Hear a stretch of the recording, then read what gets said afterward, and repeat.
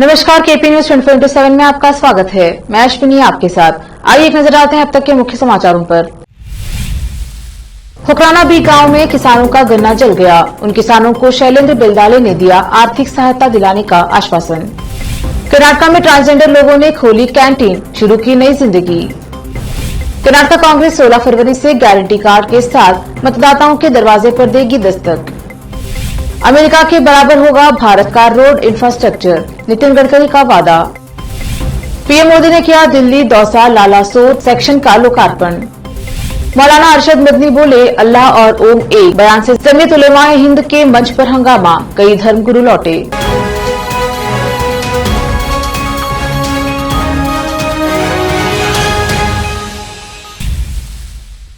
अब समाचार विस्तार से।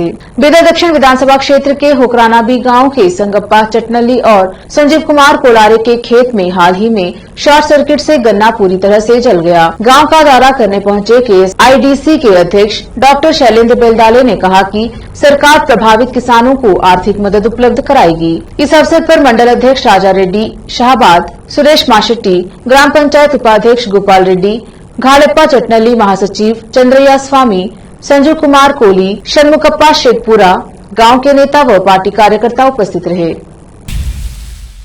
उडुपी जिले में ट्रांसजेंडर व्यक्तियों के एक समूह ने, जो अन्य जिलों के मूल निवासी हैं, रात के समय भोजन चाहने वालों के लिए एक कैंटीन स्थापित की है। ट्रांसजेंडर व्यक्ति, जिन्हें उनके परिवार और आम जनता ने हमेशा मुख्य दायरे से बाहर रखा है, ने अपने जीवन को नए सिरे से शुरू करने के लिए नए क्षेत्रों में प्रवेश करना शुरू कर दिया है। उनमें से 3, पूर्वी, वैष्णवी और चंदना, जो उडुपी की सड़कों पर भीख मांगती थी, ने उडुपी बस स्टैंड के पास एक कैंटीन के साथ आत्मनिर्भर जीवन जीने का निर्णय लिया है।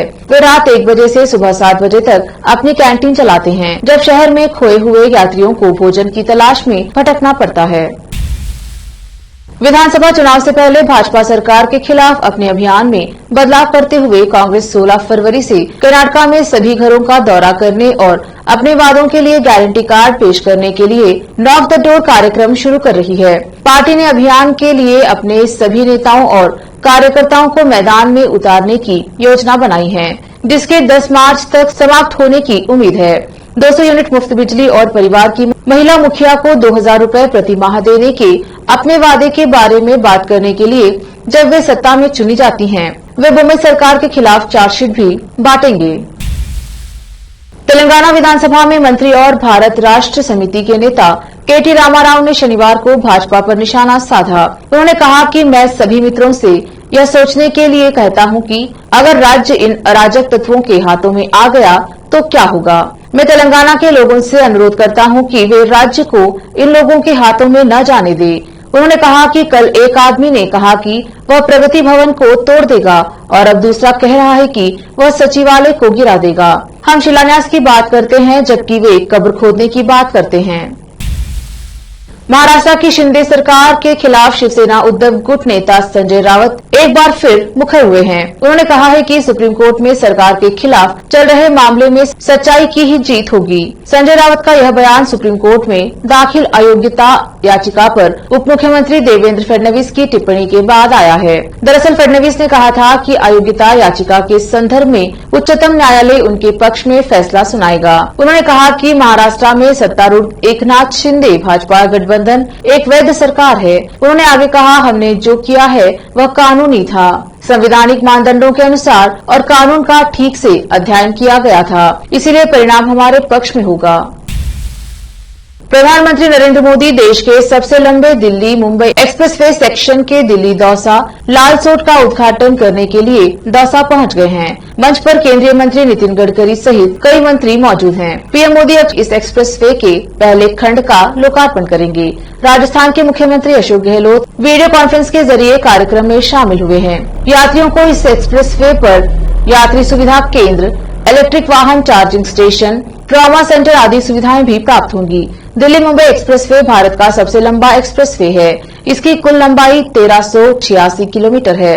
इस एक्सप्रेसवे के तैयार होने से दिल्ली मुंबई के बीच की यात्रा दूरी में करीब 12% की कमी आएगी। इसके अलावा सड़क की लंबाई 1424 किलोमीटर से कम होकर 1242 किलोमीटर रह जाएगी। यात्रा के समय में भी 50% की कमी आएगी। हाईवे पर मौसम की जानकारी की भी सुविधा होगी और हर 50 किलोमीटर पर रेस्ट एरिया होगा। इस हाईवे पर अधिकतम स्पीड 120 किलोमीटर प्रति घंटा होगा। दिल्ली से मुंबई तक पूरे हाईवे का निर्माण मार्च 2023 में पूरा होगा। इससे दिल्ली और मुंबई के बीच सफर 12 घंटे में पूरा होगा। फिलहाल वक्त एक छोटे से ब्रेक का, जल्द लौटेंगे ब्रेक के बाद। हिंदुस्तान के हर कोने में हम हैं मौजूद। 24 घंटे हालात पर गहरी नजर, खबरों से जुड़े चुपते सवालात और आपको दिखाता है धार्मिक, सामाजिक, राजनीतिक, लोकल और इंटरनेशनल न्यूज की सबसे बेहतर कवरेज, जो आपको रखती है हर पल बाखबर। देश और दुनिया भर की खबर के लिए देखते रहें केपी न्यूज 24/7।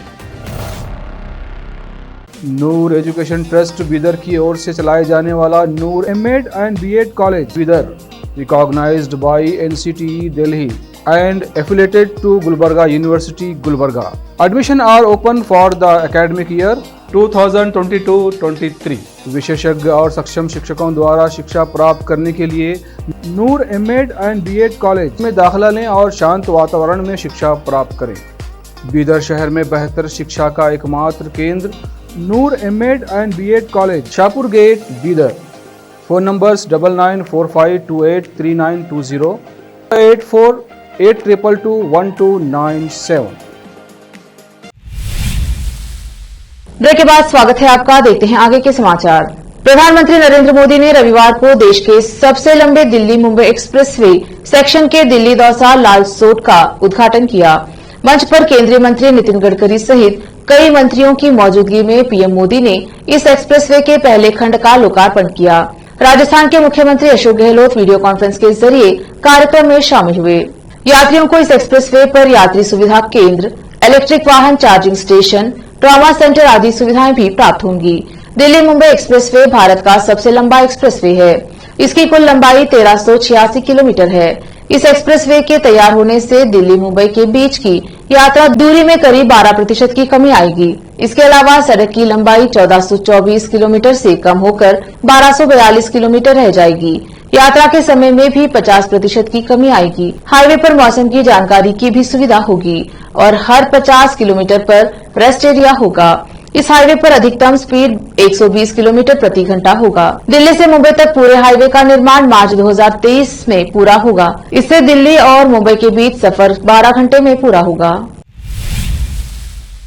बॉलीवुड की जानी मानी एक्ट्रेस जया बच्चन की गिनती 90 के दशक की शानदार अभिनेत्रियों में की जाती है। एक्ट्रेस ने एक से बढ़कर एक फिल्मों में काम किया है, लेकिन एक एक्ट्रेस बॉलीवुड से ज्यादा राजनीति में सक्रिय हैं। हाल ही में राज्यसभा सत्र से दिग्गज अभिनेत्री का एक वीडियो सोशल मीडिया पर वायरल हो रहा है, जिसमें वह सदन में चेयर की ओर उंगली उठाकर कुछ कहती दिखाई दे रही हैं। वीडियो में राज्यसभा में उस वक्त समाजवादी पार्टी के सांसद को माननीय उपराष्ट्रपति और राज्यसभा के सभापति श्री जगदीप धनखड़ चेयर पर दिखाई दे रहे हैं। वीडियो में देखा जा सकता है कि राज्यसभा के चेयरमैन जगदीप धनखड़ सीट से खड़े होकर अन्य लोगों से अपनी सीट पर बैठने को कह रहे हैं। इसी दौरान सामने से जया बच्चन गुजर रही है और अपना गुस्सा जाहिर करती हुई नजर आ रही हैं। जया बच्चन के इस व्यवहार की ट्विटर पर आलोचना की जा रही है। कई यूजर्स उनको वीडियो को शेयर करते हुए उनकी तुलना टीएमसी सांसद महुआ मोइत्रा से कर रहे हैं।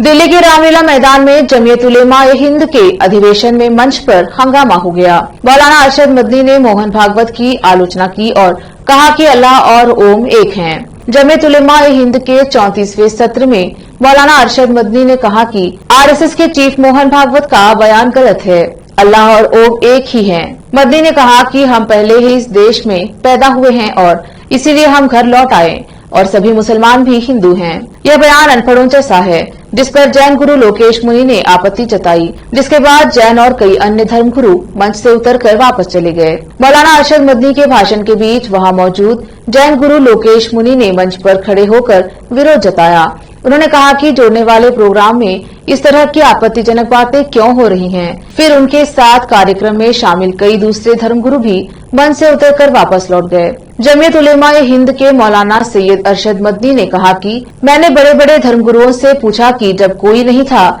न श्री राम न ब्रह्मा, तब मनु किसे पूछते थे। कोई कहता है कि वे शिव को पूछते थे, कुछ लोग बताते हैं कि वे ओम को पूछते थे। जब मैंने कहा कि ओम क्या है, तो वो बोले कि ये एक तरह की हवा है जिसने पूरी दुनिया को बनाया है। तब मैंने कहा कि इन्हें ही तो हम अल्लाह, आप ईश्वर, फारसी बोलने वाले खुदा और अंग्रेजी बोलने वाले गॉड कहते हैं। बड़े बड़े धर्म गुरुओं से पूछा, जब कोई नहीं था, न श्री राम थे, न ब्रह्मा थे, न शिव थे, जब कोई नहीं था तो सवाल पैदा होता है कि मनु पूजते किसको थे। कोई कहता है कि शिव को पूजते थे, लेकिन उनके पास इल्म नहीं है। बहुत कम लोग ये बताते हैं कि मनु कुछ नहीं था दुनिया में, वो ओम को पूजते थे। मैंने कहा ओम कौन है?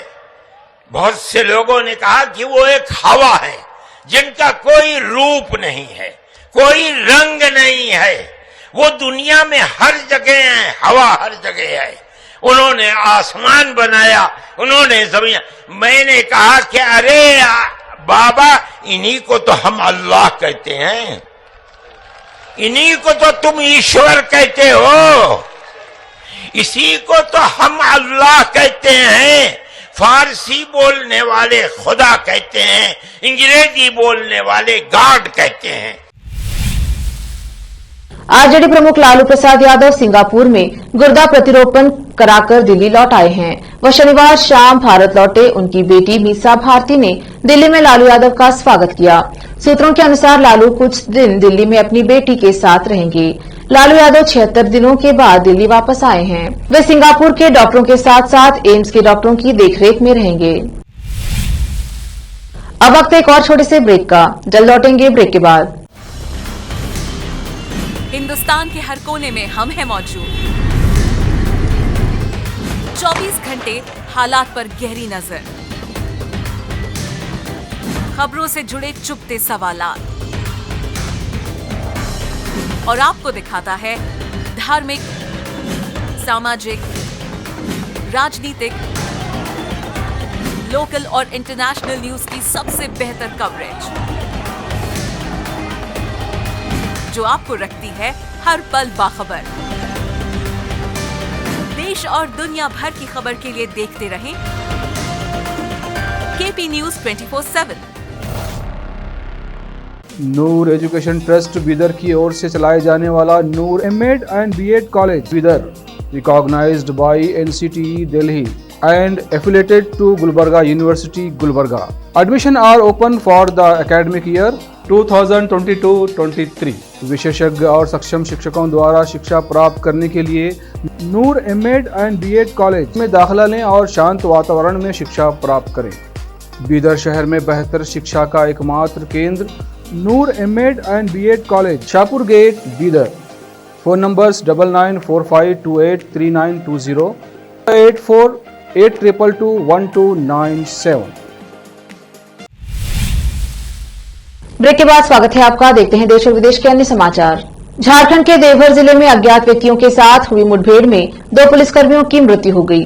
पुलिस ने रविवार को यह जानकारी दी है। पुलिस अधीक्षक सुभाष चंद्र ने बताया कि घटना रांची से लगभग 250 किलोमीटर दूर देवघर शहर के श्यामगंज रोड पर बीती रात करीब 12:30 पर हुई, जब अज्ञात व्यक्तियों ने एक स्थानीय मछली व्यापारी के घर पर हमला कर दिया। उन्होंने कहा, उक्त व्यापारी ने कुछ दिन पहले उस पर हुए एक अन्य हमले के बाद प्रशासन से सुरक्षा मांगी थी। मृतक पुलिसकर्मियों की पहचान साहिबगंज जिले के निवासी कांस्टेबल रवि कुमार मिश्रा और संतोष यादव के रूप में हुई है। दोनों पुलिसकर्मियों को व्यापारी की सुरक्षा के लिए तैनात किया गया था। उन्होंने बताया कि अज्ञात व्यक्तियों ने पुलिसकर्मियों पर गोलियां चलाई और उन्होंने जवाबी कार्रवाई की, लेकिन मारे गए, जबकि मछली व्यापारी के घर में मौजूद 3 अन्य लोग इस घटना में घायल हो गए। उन्होंने कहा कि घायलों की हालत स्थिर बताई गई है। अधिकारी ने कहा कि घटना के सिलसिले में 3 व्यक्तियों को हिरासत में लिया गया है और आगे की जांच की जा रही है। बॉलीवुड के किंग खान का जलवा दुनिया भर में देखने को मिल रहा है। जहां शाहरुख खान की फिल्म पठान बॉक्स ऑफिस पर एक के बाद एक रिकॉर्ड तोड़ रही है, तो तो वहीं अब सोशल मीडिया पर एक्टर की अपकमिंग फिल्म जवान की चर्चा चल रही है। इसी बीच इटली द्वारा निर्देशित जवान की शूटिंग करने शाहरुख खान चेन्नई पहुंच गए हैं, जहां वह एक्ट्रेस नयनतारा से मिलने उनके घर भी पहुंचे, जिसकी वीडियो सोशल मीडिया पर वायरल हो रही है। वहीं इस दौरान एक्टर के चेहरे की खुशी देखकर फैंस फिदा हो गए हैं। दरअसल सोशल मीडिया पर फैन द्वारा पोस्ट की गई वीडियो में शाहरुख खान अपनी जवान फिल्म की को स्टार नयनतारा से उनके चेन्नई वाले घर पर मिले, जिसके बाद जाते वक्त फैंस की भीड़ को वह मिलते नजर आए।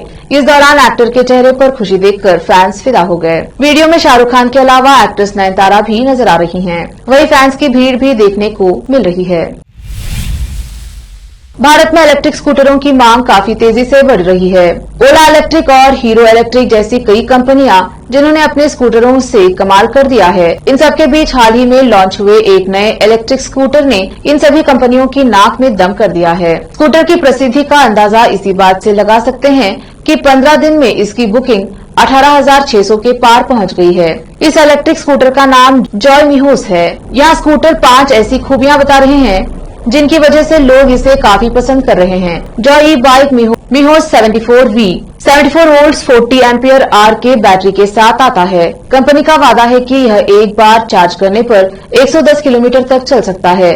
स्कूटर में इस्तेमाल की गई 1500 वैट की मोटर इसे 70 किलोमीटर पर आवर की टॉप स्पीड तक चला सकती है।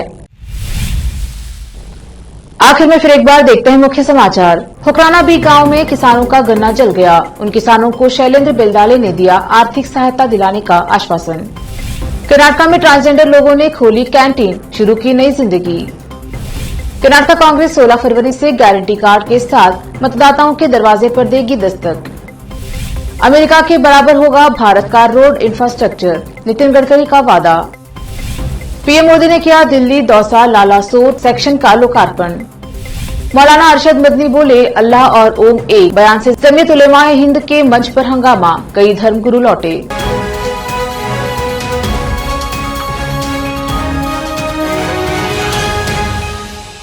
केपी न्यूज में अब तक के लिए इतना ही। देश प्रदेश के समाचारों के लिए देखते रहिए केपी न्यूज 24/7। धन्यवाद।